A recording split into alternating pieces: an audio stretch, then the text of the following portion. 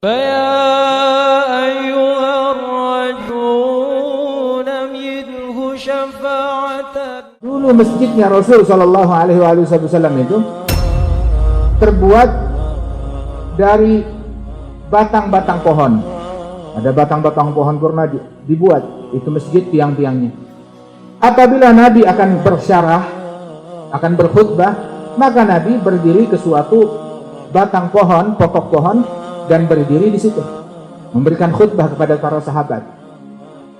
Tatkala sahabat menyaksikan hal tersebut, ada satu orang yang pandai membuat alat-alat dari kayu.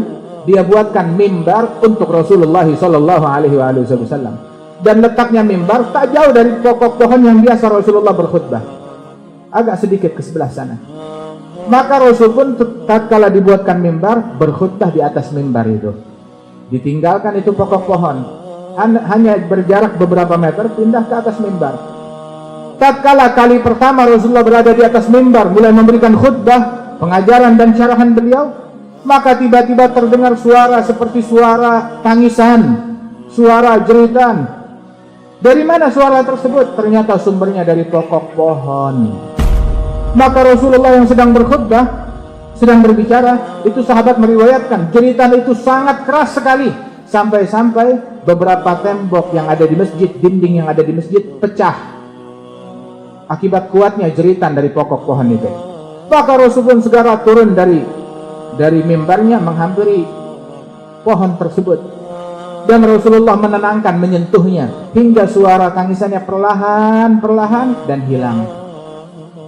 Kemudian Rasul Shallallahu Alaihi Wasallam menyatakan, sesungguhnya seandainya aku tidak lakukan hal ini, dia akan terus menangis sampai hari kiamat, kata Rasulullah.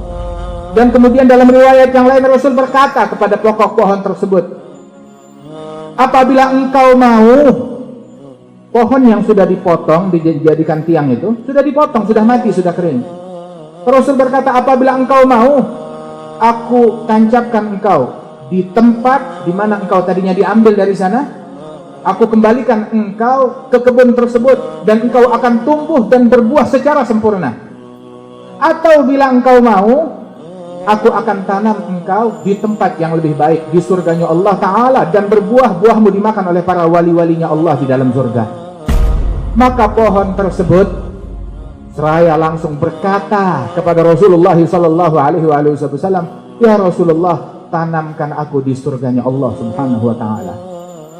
Maka disebutkan bahwasanya pokok pohon itu pun ditanam di dalam masjidnya Rasulullah, ditanam di dalam masjid, dan mimbarnya Rasulullah diletakkan di atas pokok pohon yang ditanam di situ, di makam daripada pokok pohon tersebut.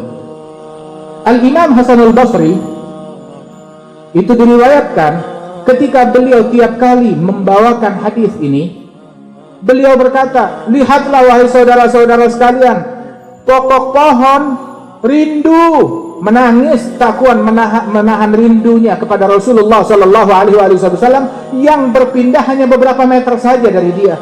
Maka bagaimana halnya kita tidak menangis karena rindu dan cinta kepada Rasulullah Sallallahu Alaihi Wasallam? Demikian yang dikatakan oleh Imam Hasan al-Basri radhiyallahu anhu wa arda.